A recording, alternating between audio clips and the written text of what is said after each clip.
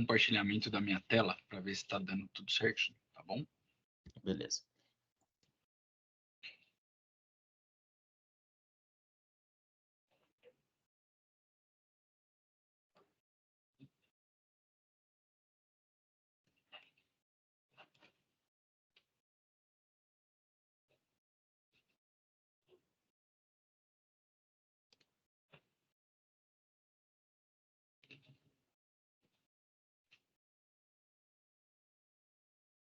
Vinícius, você está vendo a minha tela?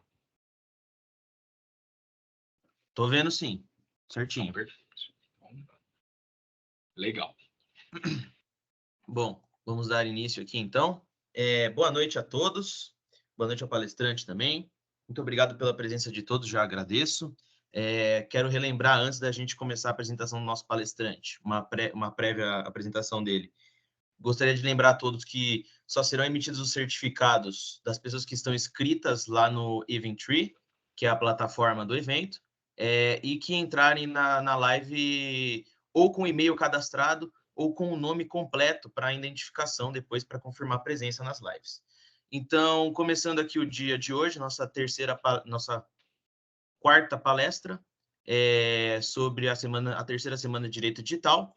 Vou apresentar um pouquinho o nosso palestrante, o Dr. Paulo Vinícius de Carvalho Soares. Ele é sócio e DPO da Lee Brook Camargo Advogados. Ele está mestrando em Direito Civil e Inteligência Artificial pela Pontifícia Universidade Católica de São Paulo, a mais conhecida como PUC, uma das nossas amigas aí. Ele tem o MBA executivo pelo INSPER, é advogado especializado em direito empresarial, direito digital, privacidade e proteção de dados, lei geral de proteção de dados, direito civil e direito do consumidor, professor da Legale e Demásio, coordenador da implantação e conformidade da seccional da OAB de São Paulo, reconhecido com o prêmio Análise em Direito Civil e Direito Digital em 2019, 2020, 2021 e em 2023. Então, dada a breve apresentação do nosso palestrante, passo a palavra a ele agora e fiquem todos com uma ótima palestra. Obrigado, Vinícius. Boa noite, pessoal. Espero que vocês estejam bem aí, tá? Aqui tem esse currículo aí que o Vinícius leu. Para quem quiser se conectar no LinkedIn, por favor, esse QR Code aqui no canto direito da tela é o meu perfil. Fiquem super à vontade aí para se conectar, tirar dúvidas, né? Eu estou à disposição para ajudar vocês aí nessa jornada de inteligência artificial na prática da advocacia. Eu tenho 1 hora de fala.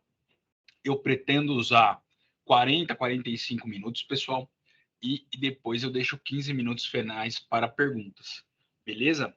Como eu não estou vendo vocês, porque eu estou com a minha tela cheia aqui, pessoal, vocês também podem me interromper a qualquer momento, tá? Isso aqui é um grande bate-papo, então, sem muitos formalismos, a gente dá início aqui a nossa conversa. E aí, eu inicio a conversa com vocês, se vocês puderem me ajudar aqui, eu quero que vocês entrem no Mente e puxem esse QR Code aqui, e eu queria saber a opinião de vocês. O que vocês acham hoje que a IA pode auxiliar o profissional do direito? Gente, é qualquer resposta. Vocês podem colocar mais de uma palavra, mais de uma resposta. Eu vou deixar aí 2 minutinhos para a gente aquecer os nossos motores, a gente iniciar a nossa jornada, porque em cima das respostas de vocês eu vou construir todo um racional aí nos próximos slides. Doutor, com Beleza, turma? licença, Claro. a tela da apresentação está cortada pela metade. Ah, é? O pessoal tá avisando aqui no chat. Opa, deixa eu então mexer aqui para ver se a gente Eu não sei se tem uma consegue. opção de colocar a tela cheia.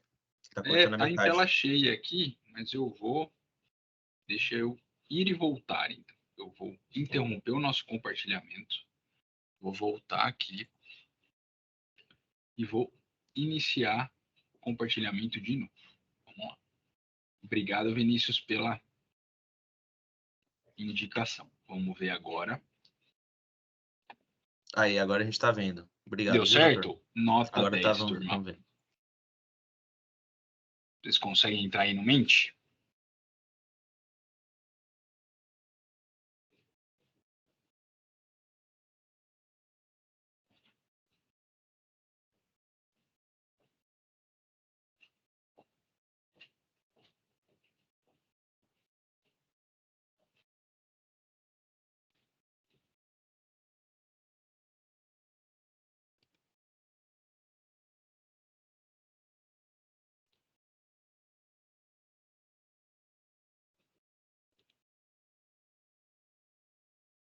Deu certo aí, turma? Boa, começa a aparecer aqui.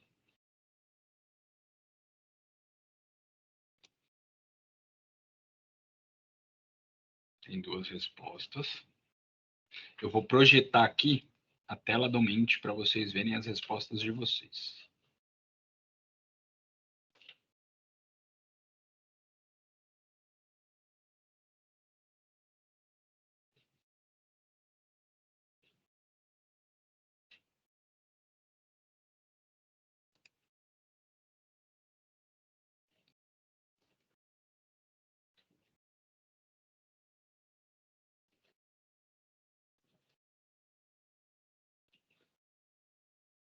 Vocês estão vendo a tela com as respostas, pessoal?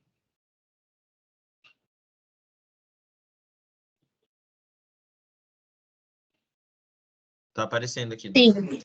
Certinho. Maravilha. Então tem buscar jurisprudência, celeridade, agilizar processos, eficiência, padronização, auxiliar em pesquisas, organizar documentos, classificar documentos.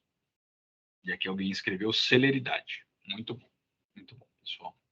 Vou voltar aqui para minha apresentação, porque vocês já pegaram parte do que é inteligência artificial, pessoal. Inteligência artificial, ela tá aqui, ela é uma ferramenta, ela é um sistema onde a gente vai usar ferramentas. E isso, para qualquer área ou qualquer setor econômico, isso é importante, tá? Então, a IA auxilia. Uma das perguntas que mais faz é se a IA vai substituir as pessoas dentro do direito. A gente costuma comentar que a IA, ela não vai substituir, mas ela vai demandar uma alteração de como a gente trabalha com essa ferramenta. Antigamente, vocês são muito jovens, mas não existia internet desde sempre. E a gente precisou aprender a pesquisar julgados na internet. Ou aqueles que mexiam com máquinas de escrever aprenderam a usar computador. A inteligência artificial, ela é uma ferramenta, pessoal. E aí, nesse ponto, ela tem tendências e ela tem riscos, tá? Eu vou trazer algumas tendências aqui. Então, tem essa notícia que saiu na revista Medicina S.A. 76% das instituições de saúde pretendem investir em IA. Então, da mesma forma que nós, advogados, vamos utilizar a IA no que vocês disseram, a medicina também traz, tá? Quando a gente fala na prática jurídica, vocês, enquanto advogados, enquanto juízes, enquanto promotores, têm que entender que esse tipo de ferramenta vai permear a vida de todos nós em diversas formas. Então, aquele que tem uma predileção por um direito médico, por uma biomedicina, vai se deparar com ferramentas de inteligência artificial. Quem gosta de direito penal vai em contato com notícias como essa do New York Times. Inteligência artificial, scanners cerebrais e câmeras são tecnologias de vigilâncias policiais. E a gente vai discutir ética sobre isso, tá? E além disso, quem gosta de direito civil, quem gosta de direito de família, vai se dar conta de questões de herança digital, como vocês viram nessa propaganda da Volkswagen que utilizou, né, a Elis Regina, um vídeo, né, um deepfake da Elis Regina para fazer um dueto com a filha dela, tá? E aí, diante disso, pessoal, eu trago notícias super recentes. Enquanto ferramenta, teve um de vocês que escreveu celeridade, certo? Isso é uma notícia de ontem.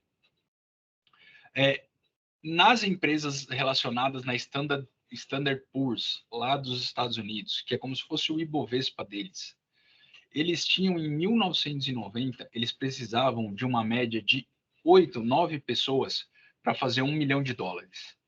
Hoje em dia, caiu para 2 pessoas fazendo $1 milhão. Então, o uso de IA, ela te potencializa fazer mais com menos. Não significa que a gente não consiga fazer, mas a gente consegue ter celeridade e a gente consegue escalar as coisas.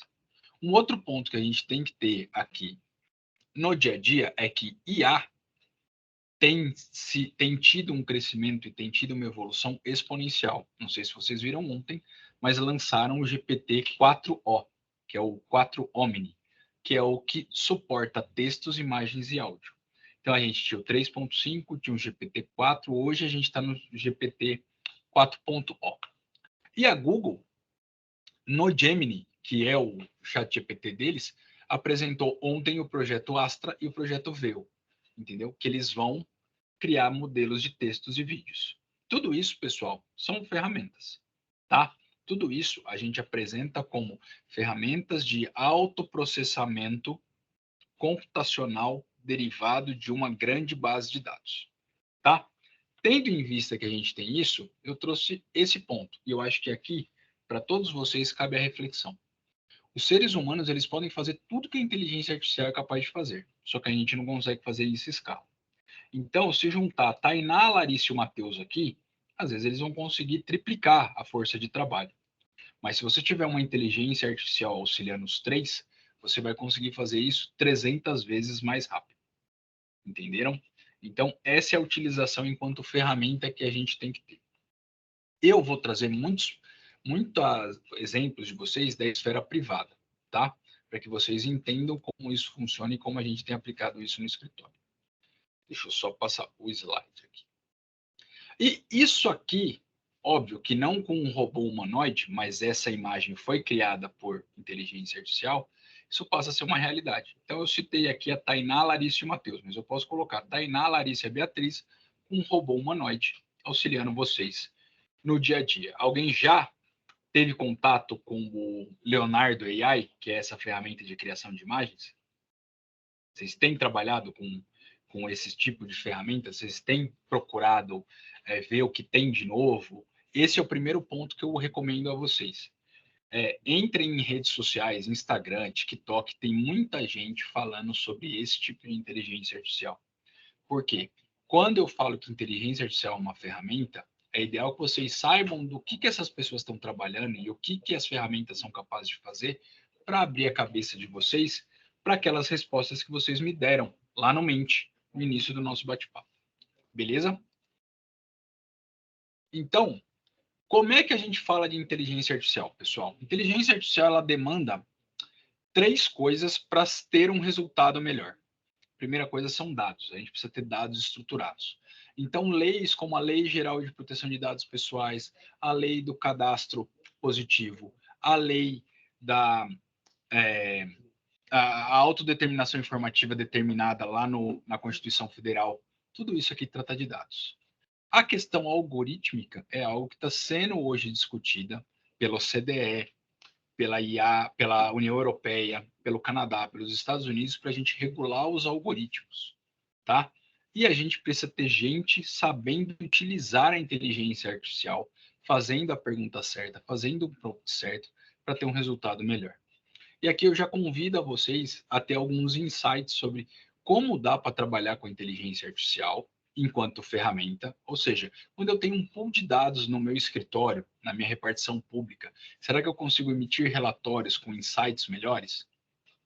Quando eu conheço um algoritmo ou quando eu tenho dados, mas eu quero determinar uma determinada resposta, será que eu não consigo desenvolver algoritmos? E aí, pessoal, a boa notícia que eu dou para vocês é que você não precisa aprender a programar mais. Existem aplicativos chamados no-code, aqueles que não demandam codificação, que vocês podem utilizar. Um deles se chama, deixa eu ver aqui o nome do Google, /app.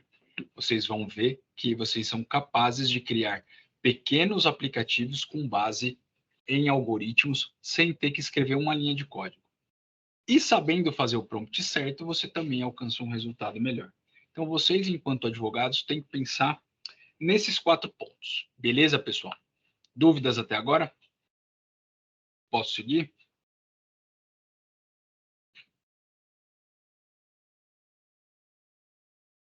Então, eu vou seguindo aqui, turma.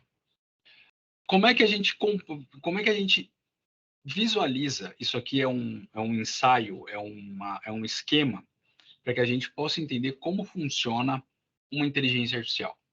Você tem os dados, então tem todo o processo de coleta, limpeza, normalização, e essa limpeza é você tirar aquilo que não é importante, você normaliza, você deixa tudo num padrão e você integra, você desenvolve os algoritmos. O algoritmo, ele aprende, ele tem várias formas de aprendizado, ele pode ser supervisionado, não supervisionado, por reforço e outras aplicações de inteligência artificial. Você coloca isso dentro de uma estrutura de um software, como vocês têm visto no chat GPT, ou quem já usou o Waze aqui, se você colocou um endereço no Waze, quando o Waze coloca qual é a melhor rota, ele pegou os dados para saber do trânsito, jogou dentro do algoritmo dele, te apresentou na forma de um software para que você possa utilizar. Quando você tem isso pronto, você tem uma plataforma de experimentação e depois você implanta isso no dia a dia, tá? E aí eu queria falar um pouco para vocês, falando de IA, eu preciso fazer um histórico de gestão jurídica. Vocês me falaram aí, vocês me deram um monte de sugestões de como utilizar a IA, certo? Mas como é que era a gestão jurídica para a gente chegar nas fases da IA? Então, eu posso falar que a gente já passou por 5 fases de gestão jurídica, pessoal. A primeira fase, e eu divido aqui em tecnologia, pessoas, processos e financeiro, eu tinha ferramentas cruas, e aí a ferramenta podia ser o computador, podia ser a minha biblioteca com os livros que eu tenho, mais os periódicos da RT para eu pesquisar julgados. Eu tinha os advogados como pessoas. Eu não tinha processo, eu não otimizava uma cadeia. Então eu vou pegar aqui a Camila, ela fazia do início ao fim. Ela pegava o caso, ela lia a publicação, ela redigia a defesa e até o final. E o financeiro se baseava em custo. Numa outra fase, o que passou a ter? Passou a ter sistemas de gestão de processos. Não sei se vocês já tiveram acesso a esse tipo de sistemas, muito comuns. O ESAGE, hoje em dia, lá na Justiça, é um sistema, tá? Você passa a ter advogados e consultores. Esse sistema ele tem um fluxo. Você sabe que quando você faz um protocolo, ele vai proceder com uma juntada e vai ser remetido para despacho. E o financeiro de um escritório passa a ter investimento e passa a ter governança sobre esse sistema. Lembre-se que dados é importante. Na fase 3, uma fase mais recente, passa a ter o quê? As Lawtechs, que são o quê? As startups que mexem com elementos do direito. A gente passa a ter no escritório uma equipe dedicada e multidisciplinar. A gente vê fluxo de operação, tá? Então, sabe aquele fluxo que vocês aprenderam com processo civil, processo penal? A gente passa a ter fluxos aqui dentro do escritório e tem investimento em performance. Agora, o que a gente tinha até a gente chegar no chat GPT. A gente tem plataformas jurídicas. A plataforma ela manda o e-mail, ela apresenta qual que é o item que a gente tem que fazer como tarefa. A gente conecta com parceiros ou times de legal ops. A gente tem tudo isso controlado por uma plataforma onde eu posso até gerar petição dentro dela e hoje eu consigo monetizar, eu consigo fazer como uma forma de negócio, eu consigo vender e comprar direitos processuais. E onde a gente está hoje? A gente está aqui na fase 5, na era da inteligência artificial. E o que eu tenho na era da inteligência artificial? As plataformas existem, mas eu consigo melhorá-las por meio de tecnologia no-code. Por quê? É uma ferramenta derivada de inteligência artificial. Eu consigo ter advogados, e eu tenho advogados no escritório aqui que eu trabalho, que programam com IA generativa. Se vocês entrarem no chat GPT e pedirem um código de Python para um aplicativo X, ele faz. Tá? Vocês sabem o que é Python? Python é uma linguagem de programação. Tá? Eu tenho hoje decisões automatizadas. Eu sei que grande parte do STF, do STJ, tem um padrão de decisão. Eu consigo mapear essas decisões e ter uma predição. E, além disso, eu consigo informar os meus clientes de uma forma muito mais rígida, muito mais certa, qual é a chance dele ganhar ou perder um processo. Tá? Isso é o que hoje a gente tem trabalhado em gestão jurídica. Vocês já ouviram falar, pessoal, no termo Legal Ops que eu falei agora há pouco para vocês?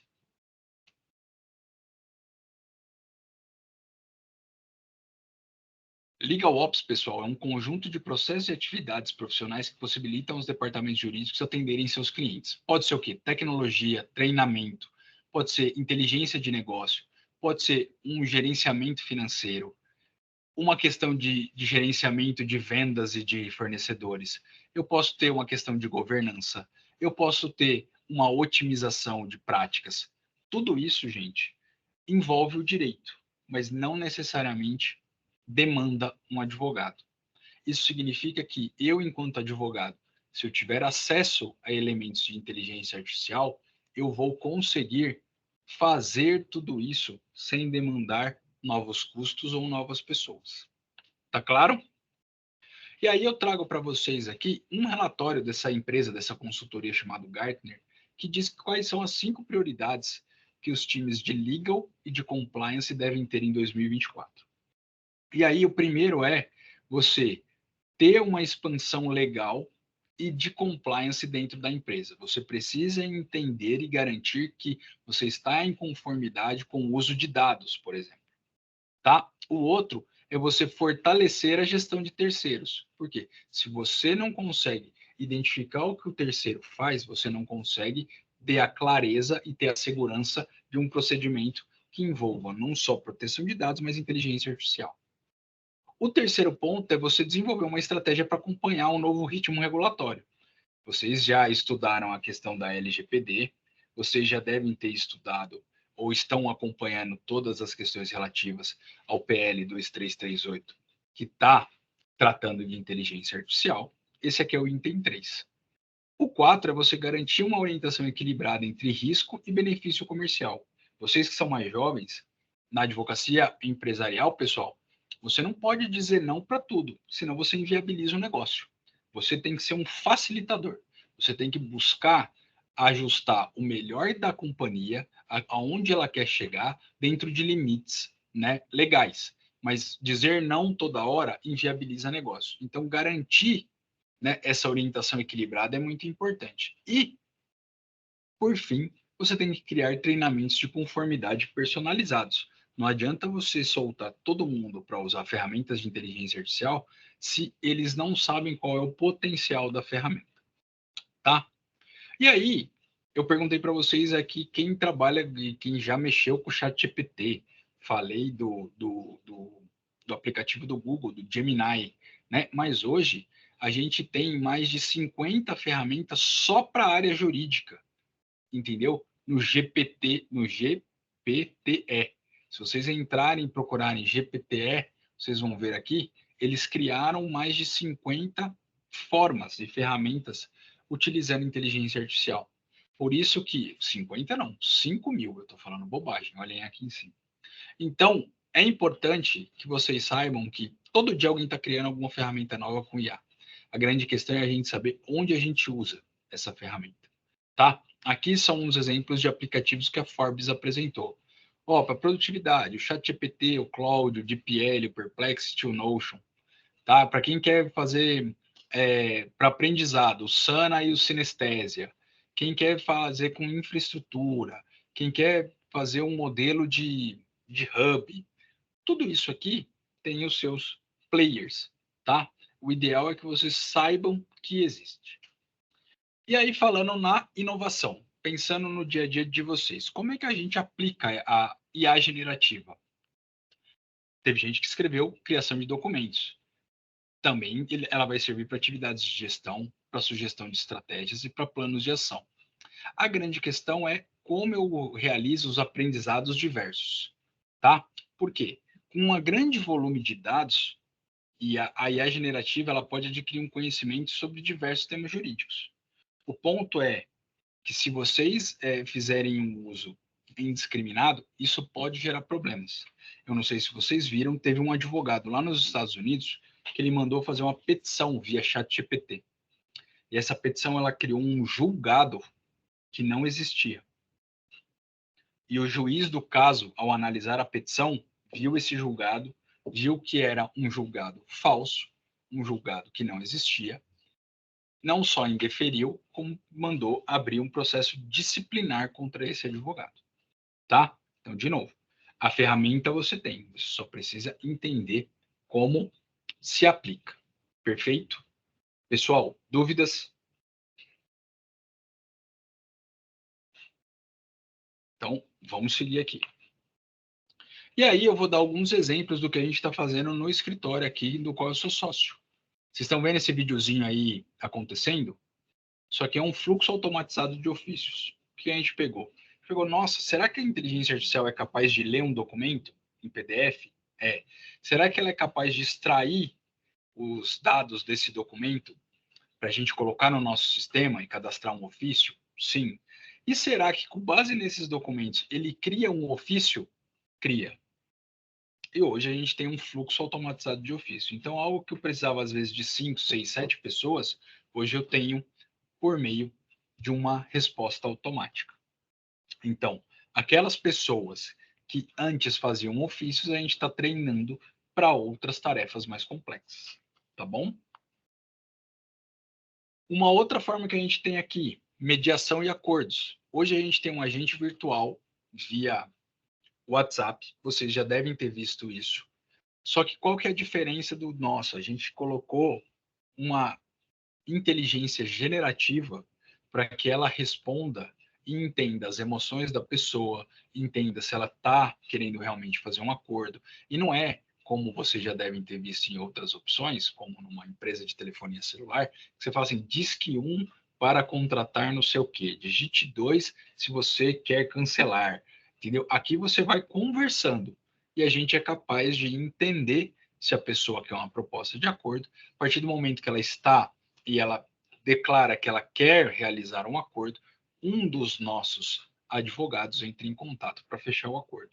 Então, substitui o advogado no todo? Não, mas ele pula etapas, ele garante maior produtividade. Outra forma que a gente apresenta aqui, pessoal, jurimetria de mercado. Hoje, existe a base de dados dos tribunais de justiça, do STF, do STJ. Essas bases são públicas.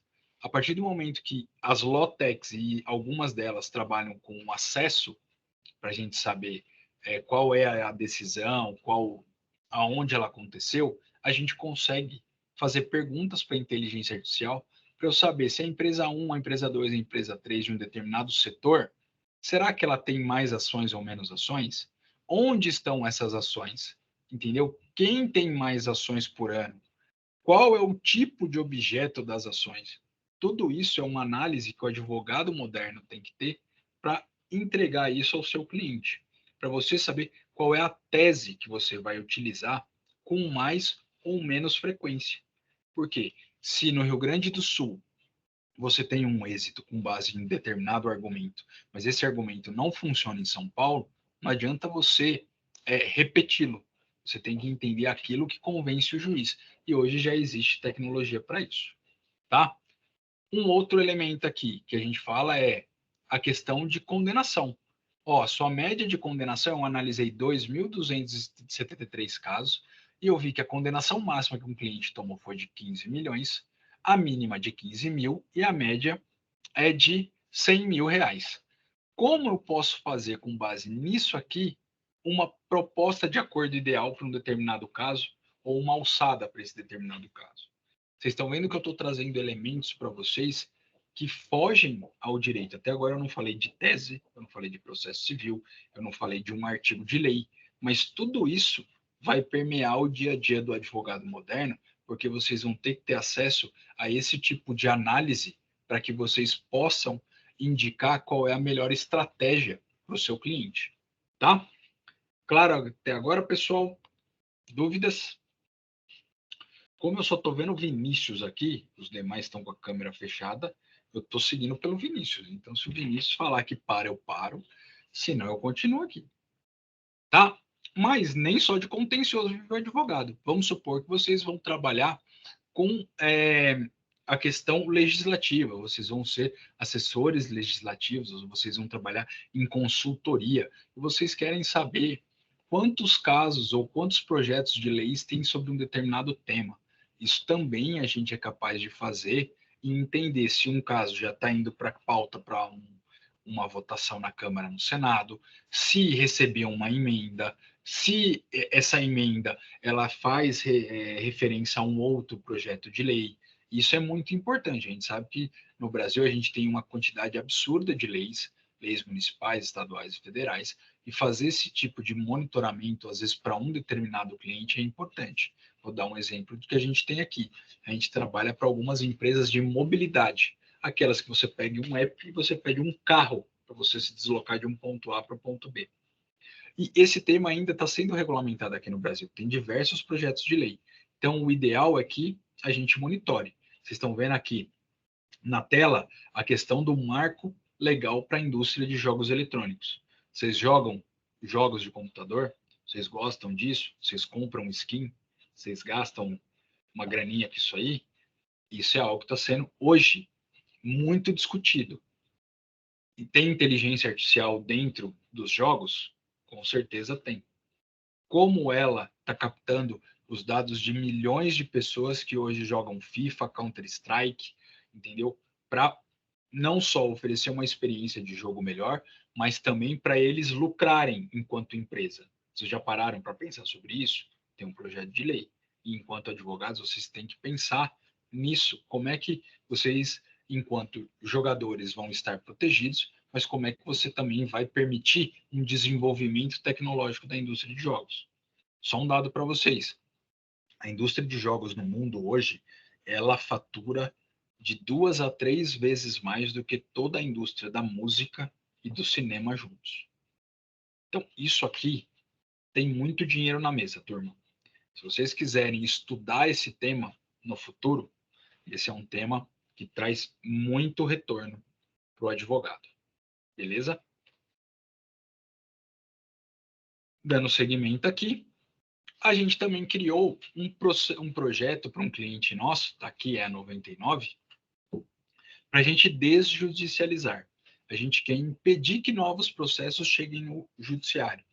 Né? A gente sabe que às vezes o processo tem dia para começar, mas não tem dia para terminar.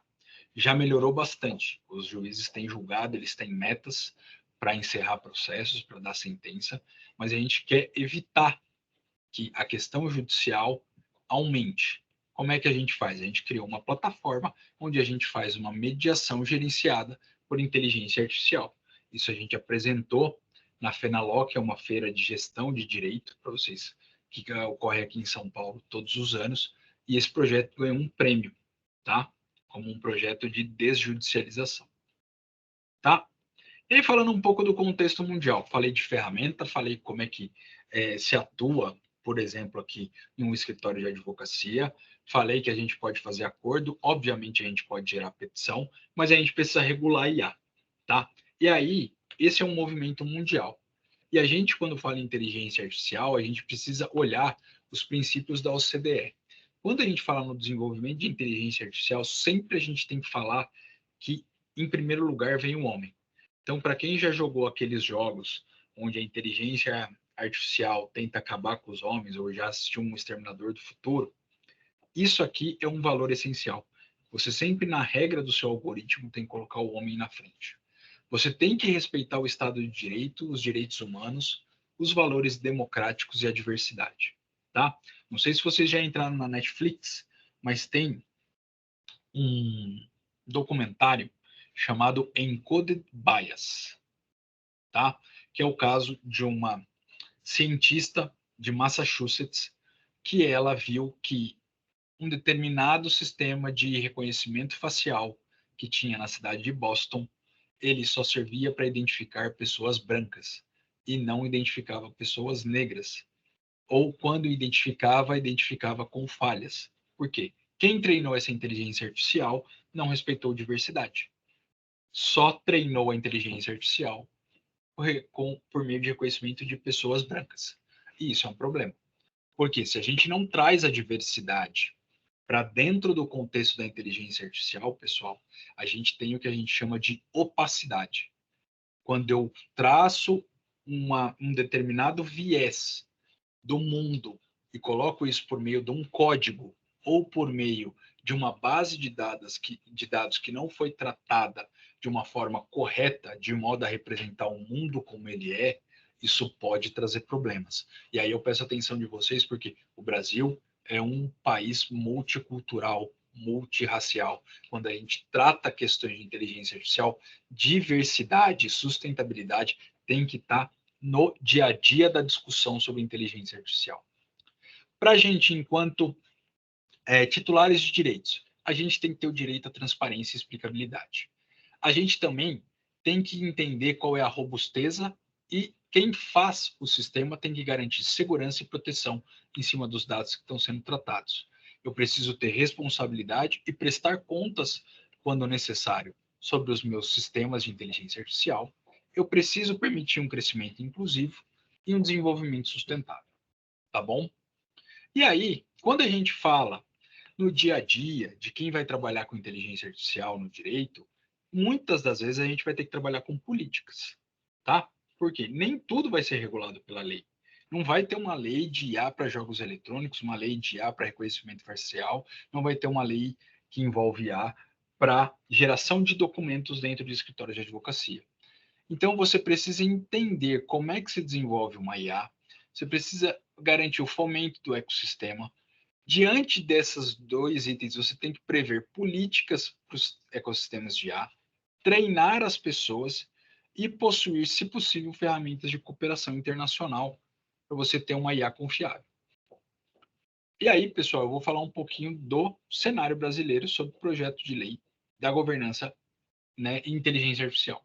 Em 2019, saiu o primeiro modelo de projeto de lei, que era um modelo principiológico, pessoal. Eles falavam lá no 5051 que a inteligência artificial tinha que ser controlada centralmente, tinha que ter diretrizes de conduta ética, falava de falta de monitoramento, ausência de força punitiva, controle interno de cada ente e normas excessivamente baseadas em princípios. Vocês já ouviram falar que no Brasil algumas leis não pegam?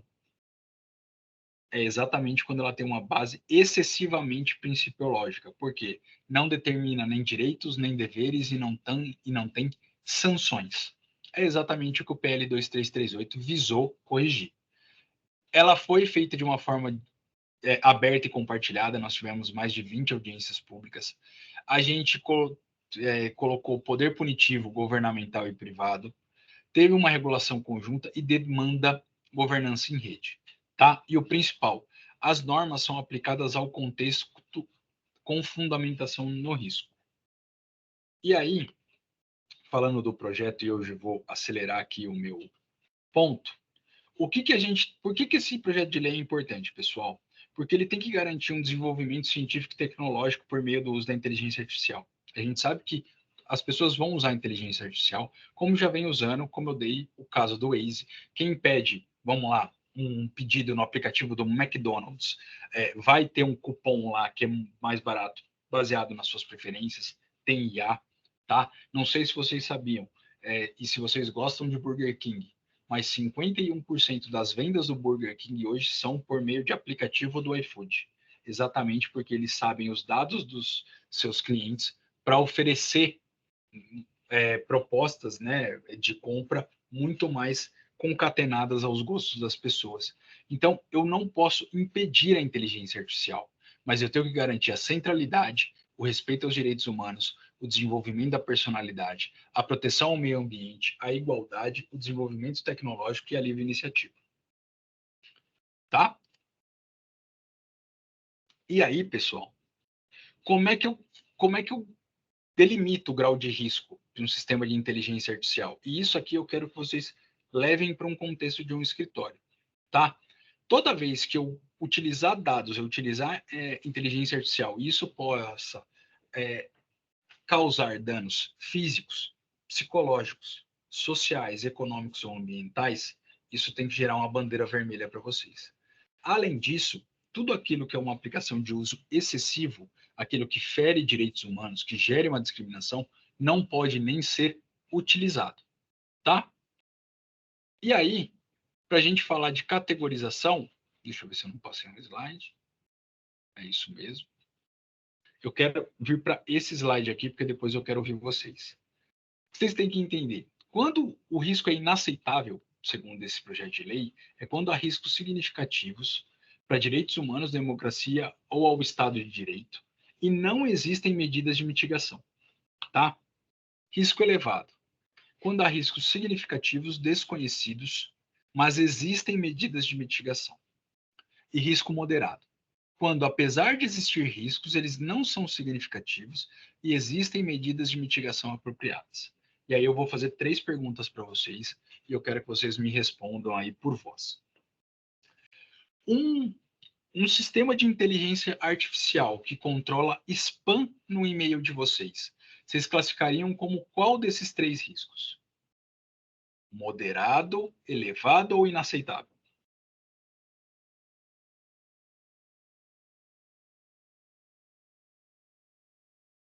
Tem o mesmo carro. Não foi fechado. O Vinícius falou elevado. Quem mais? Vocês acham que o spam ele causa riscos significativos ao controlar, ao pegar um e-mail, jogar para a caixa de entrada ou jogar para a caixa de spam? Tem como você mitigar isso aí? Falar, se o e-mail tiver errado, um e-mail importante, uma conta, um boleto, que foi colocado na caixa de spam, tem como você jogar na caixa de entrada depois? Tem, não tem? Então, o spam ele é considerado um risco moderado. Tá? Porque existe uma medida de mitigação apropriada. Agora, vamos supor que você, para pegar um crédito, você tem que apresentar todo o seu histórico do imposto de renda. Isso é um risco significativo, é um risco inaceitável, é um risco elevado ou um risco moderado? Elevado. A Caterine falou que é um risco. A Beatriz falou inaceitável, a Isadora também inaceitável. Perfeito. É inaceitável, pessoal, porque hoje a gente tem um negócio chamado sigilo fiscal, certo? A gente declara o imposto de renda para a Receita. As leis, pessoal, se conversam. Então, você não pode quebrar um sigilo fiscal para conceder um determinado crédito. Isso é um risco significativo. E ele não tem uma medida de mitigação, porque a partir do momento que você entregou para a empresa, como é que vai fazer para voltar? O ato de entrega já torna o risco claro e concreto. E por fim, minha terceira pergunta para vocês, pessoal, é o seguinte: e quando vocês, ao mandarem um currículo, vocês vão mandar um currículo porque vocês querem ir para um escritório de advocacia, né? O escritório de advocacia tem RH, vocês vão prestar um concurso, vocês colocam lá qual é o sexo de vocês, se vocês têm filhos, qual é a origem, o endereço, o CEP, a opção sexual, a raça, o tom de pele. Quando você manda isso, e isso é um elemento fundamental para um desempate num concurso público ou na obtenção de uma vaga, e se utiliza a IA para fazer esse tipo de avaliação. Vocês entendem que é de um risco inaceitável, elevado ou moderado?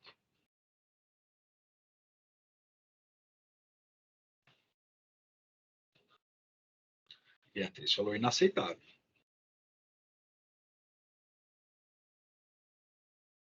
Eu classificaria como elevado, eu acho. Inaceitável. Vamos lá. E essa pergunta foi uma pegadinha. Por quê? A resposta é depende. Depende do quê? Ele utilizou todos os dados? Ele gerou uma resposta que é discriminatória? Se for discriminatória, pessoal, inaceitável. Se não é discriminatória e ele construiu um raciocínio de modo que ele não usou nenhum elemento, nenhum dado pessoal que gere algum grau de discriminação, pode ser um risco elevado. E saibam que nós temos o direito, já pela Lei Geral de Proteção de Dados Pessoais, de pedir explicações quando uma decisão é tomada exclusivamente por uma inteligência artificial.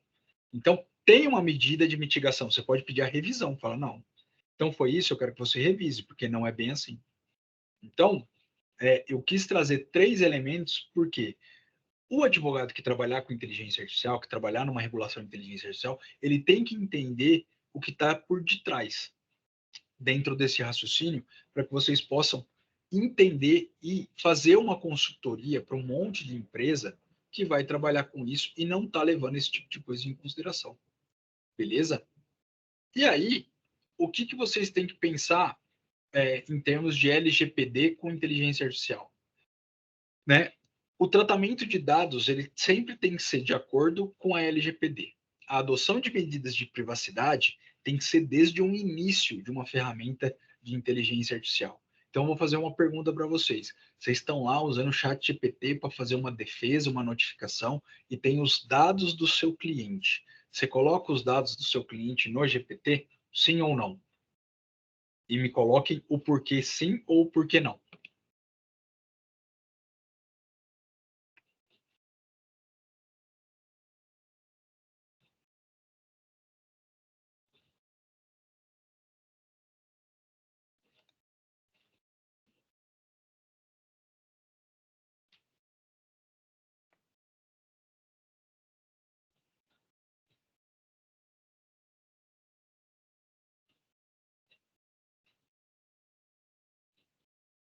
Ninguém colocou nem que sim, nem que não aqui no chat, então eu vou falar a resposta aqui para vocês, para a gente ganhar tempo.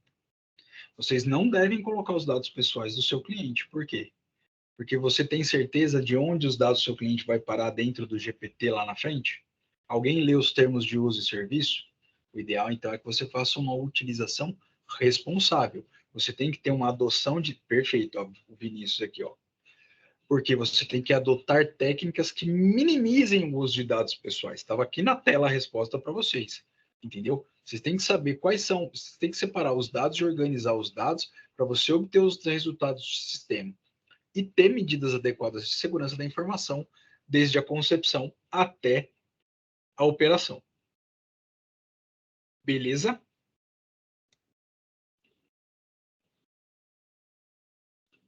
Pessoal, que direito que a gente tem quando a gente está falando de inteligência artificial? E agora eu quero que vocês pensem como advogados. Se chegar um cliente para vocês e falar, pô, eu tive um problema com o sistema de inteligência artificial que disse alguma coisa que não correspondia à verdade ao meu respeito.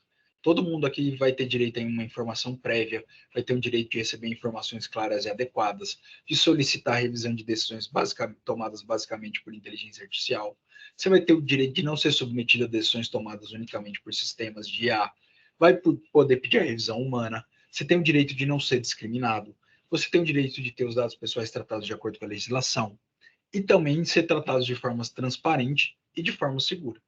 Tá? Esse é um racional que, quando vocês pensarem na aplicação da IA dentro de um escritório, dentro do judiciário, tudo isso vocês vão ter que levar em consideração. Tá? E aí, a revisão de decisões, né? Vocês têm que pensar que a correção dos dados completos, inexatos ou desatualizados, ele vai ser objeto de uma revisão.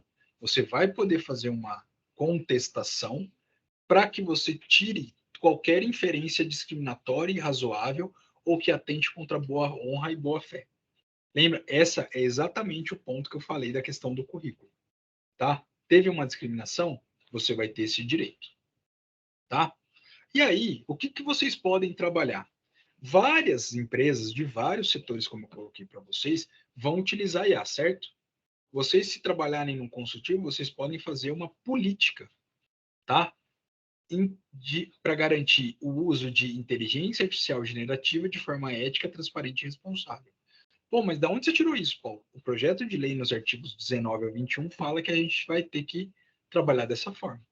E a gente criou um sistema de compromissos nesse sentido. Então, toda vez que alguém aqui dentro do escritório utiliza IA generativa, a gente sempre pede antes qual é a estratégia de supervisão. Então, a gente treinou os nossos times para utilizar.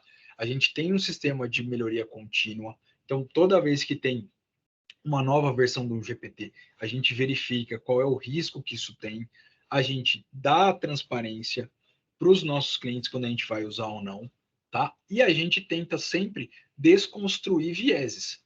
Eu tenho que monitorar. Eu estou fazendo um prompt de IA que não que está construindo um viés discriminatório. Se eu tenho que pedir para alguém que não seja do meu meio para dar uma olhada para ver se eu vou apresentar uma ferramenta eletrônica que tenha o dia a dia do escritório algo que não tenha vieses. Eu seleciono os meus dados, então eu tenho que entender quais dados eu estou trabalhando.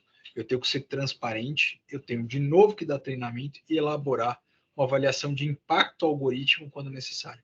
Quando você tem aquele risco elevado, você tem que entender que você tem que calcular qual é o tamanho do risco para ver se você segue ou não utilizando uma ferramenta de IA. Tá? A gente faz uma série de recomendações aos nossos colaboradores, isso tudo. Advogados que trabalham com consultivo pode fazer isso, pode promover o letramento, pode participar de iniciativas, né? Isso a gente fez dentro da OAB, por exemplo. E a gente olha também para os fornecedores. Então a gente tem que saber que todo mundo que trabalha com a gente, se utilizar uma inteligência artificial, tem que estar de acordo com padrões mínimos de governança, tá? Também eu tenho que garantir segurança da informação. Não adianta nada eu utilizar, fazer treinamento se eu não tenho um sistema seguro de privacidade. Tá? Eu vou pular esse slide aqui e vou falar um pouco dos escritórios no contexto da IA. Como é que nós, enquanto advogados, enquanto pessoas, a gente pode contribuir sobre o uso da IA. Primeiro, é uma contribuição ativa no debate jurídico. Vocês têm que pensar nisso, porque o futuro vai ser com IA. A grande questão é como eu uso a IA, como é que eu garanto que isso não vai me trazer qualquer tipo de discriminação, não vai violar o Estado Democrático de Direito, nem os direitos humanos. Eu posso, e a PUCamp pode fazer isso, vocês podem fazer isso, por meio de parcerias com órgãos do governo, órgãos reguladores e a própria sociedade civil, tá? A participação de debates acadêmicos como o que vocês estão promovendo aqui são muito importantes para promover a reflexão da sociedade, tá? Instituir metas mensuráveis anuais de ética de IA publicadas em um relatório. Tem muito, vocês podem ver que a própria OpenAI, que é quem criou o ChatGPT, tem uma meta de ética de mensuração de IA e atualizações contínuas da política com o avanço em tecnologia. Até a própria PUCamp no futuro, se já não está usando, vai usar. Quem está fazendo a política de uso, né, da instituição? Vocês, enquanto estudantes, vocês podem sugerir tudo isso, tá? E o que a gente tem que fazer como uma prática para a gente ter uma IA eficaz, tá, na nossa vida? A gente tem que fazer uma revisão contínua. A gente tem que acompanhar os avanços da IA generativa. Isso acontece demais. Eu apresentei avanços que aconteceram ontem, tá? Vocês têm que dar uma olhada e fazer benchmarking, que é a comparação com líderes do setor, para alinhar as melhores práticas. Pô, a PUCamp vai ter uma política? Será que a USP tem? Será que a PUC de São Paulo tem? Será que a Mackenzie tem? Será que o escritório no qual eu trabalho não tem, mas tem um outro escritório que tem? Vamos ver, entendeu? Como é que isso está sendo trabalhado? Porque 2, 3, 10, 15 pessoas pensam melhor do que um. Além disso, tem a questão de treinamento, cursos regulares e atualizados sobre as melhores práticas IA e o feedback e melhoria contínua. A gente também tem que contar os erros para que a gente possa, né, evoluir. Né? Toda vez que a gente esconde, a gente não está atuando em compliance. E aí, para a gente encerrar, pessoal, eu quero entender de vocês. De tudo que eu apresentei aqui, né? Eu apresentei dados de contencioso civil, isso pode ser no contencioso trabalhista, contencioso penal, pode ser no consultivo, pode ser no contratual, fazendo políticas. Eu quero saber em quais áreas do direito vocês pretendem aplicar a inteligência artificial.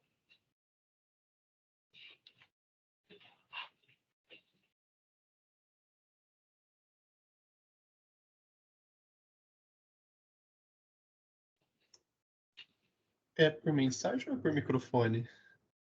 É para você entrar aqui no QR Code aqui, você pode escrever, mas se quiser falar também, você fica super, mega, ultra à vontade. Não. Desculpa, eu viajei aqui então. Não esquenta a cabeça.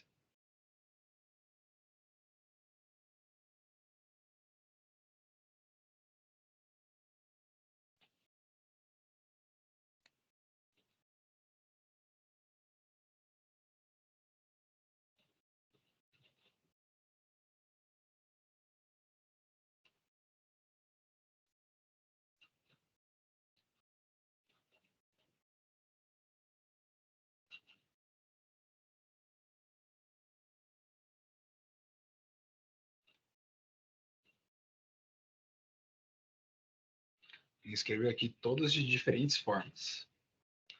Estamos aqui com um generalista aqui nas nossas respostas, o que também não é errado. Direito processual civil, direito bancário, direito ambiental.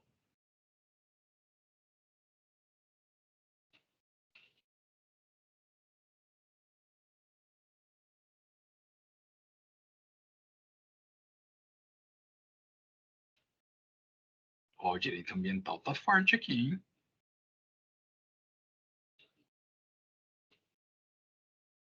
Maravilha. Isso era o que eu queria.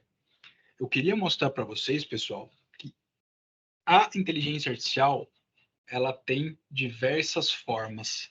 Ela pode ser aplicada em todas as áreas do direito. A grande questão é como a gente vai utilizar o nosso raciocínio para a gente criar ferramental para as nossas questões. Hoje, o ChatGPT, uma ferramenta de IA generativa, ela te fornece as respostas. Mas mais importante que as respostas são as perguntas que a gente vai fazer. vai ser a identificação das dores de um determinado cliente ou das dores da sociedade, para que a gente tenha um uso da inteligência artificial que gere resultados para a sociedade. Isso era o que eu queria mostrar para vocês nessa fala que eu tive, tá? Então a gente começa falando de ferramentas, mas eu quero que vocês saiam daqui com a mente aberta exatamente para aplicar aonde vocês entenderem, porque vai demandar muito da criatividade de cada um de vocês. Então eu termino minha exposição aqui, deixo a palavra aberta aqui para perguntas, agradeço desde já aqui, em nome de toda da PUCamp e de todos vocês aqui, pela paciência e pela prestatividade, tá? E tô à disposição, pessoal. Espero que vocês tenham gostado. Fico à disposição aí para feedbacks e perguntas.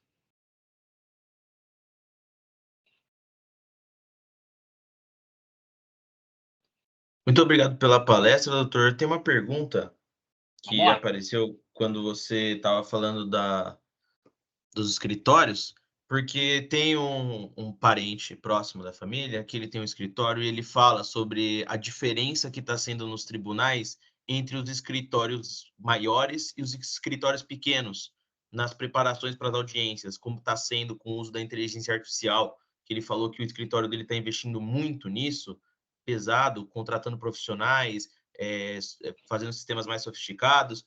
E aí eu queria saber qual que é a sua opinião sobre isso, de como que vai ficar o mercado, se vai acabar com os escritórios pequenos, se eles vão ter que fazer se eles conseguem fazer alguma coisa para se livrar disso.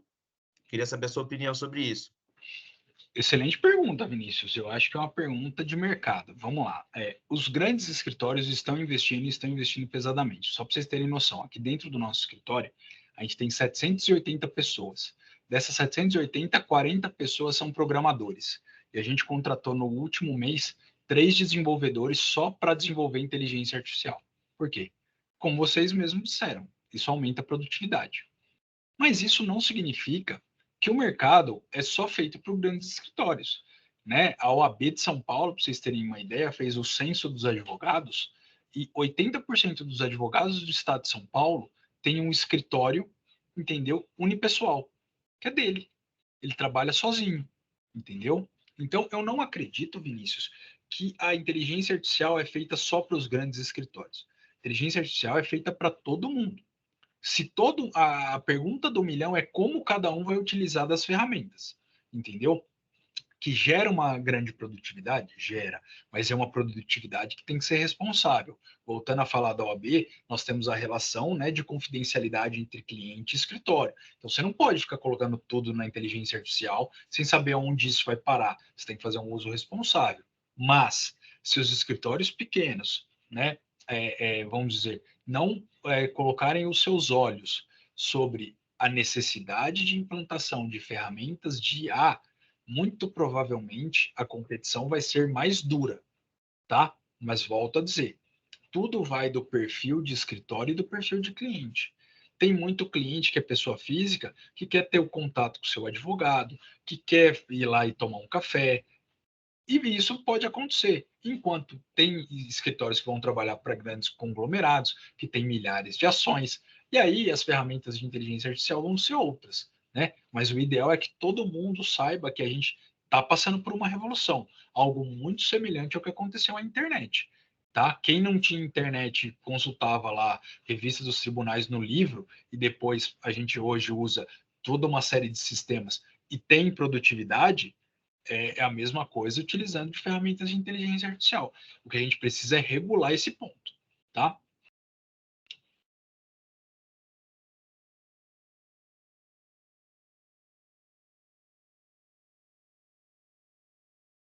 Deixa eu fazer uma pergunta enquanto vocês pensam na de vocês. A maioria de vocês aqui está em que ano da faculdade?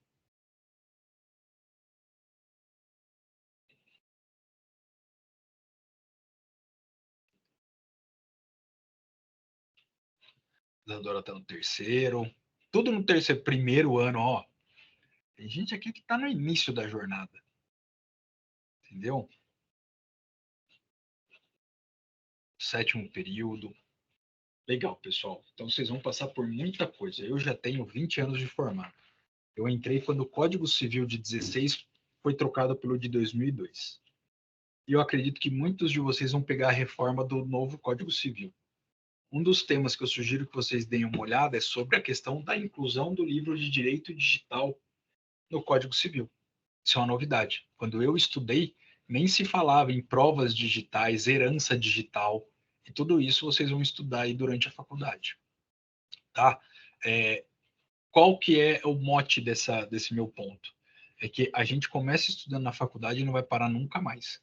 Principalmente se você gostar de um negócio chamado tecnologia. Tecnologia é um negócio que não tem fim, tá? Então, se vocês gostam de direito digital, se vocês gostam de direito eletrônico, hoje, né, eu sou DPO do escritório, eu sou sócio da parte de direito digital aqui e do contencioso civil para empresas de tecnologia, tá? É algo que vocês vão se deparar com muita coisa nova. Eu sugiro, é um tema que tem muito mercado, tá? Porque a gente costuma ficar nas matérias mais clássicas, civil, direito civil, penal, trabalho, tributário, e em todos esses tem vertentes de tecnologia. Então, se vocês têm predileção, eu recomendo bastante que vocês pensem nisso. Beleza? Pessoal, ninguém mais tem pergunta, ou não gostou do que eu falei, ou tá com sono, entendeu? Mas eu espero ter contribuído aí com todos vocês. Eu fico super à disposição aqui. Obrigado, vou falar aqui. Jean, Matheus, Gabriel, Camila, Henrique, Fernanda, Helena, Ana Clara, Omar, Sofia, Karina, Luana, Vitor, Rafaela, Carolina, Isabel, Anelisa, Luísa, Rafaela, Maria Clara, Tereza, Marildo, Mariana, Carolina, Vinícius, Isadora, Yúlia, Letícia e mais outros que estão aqui. Turma, dúvidas, fiquem à vontade, entrem no meu LinkedIn, eu estou lá para ajudar vocês. Espero ter alcançado o tema. Obrigado, pessoal. Posso só fazer uma mini pergunta? Você pode fazer uma grande pergunta até. Então, é que com relação às inteligências artificiais, elas funcionam basicamente com extração de informação, criar uma espécie de padrão, e com isso você faz um sistema de resposta eficiente.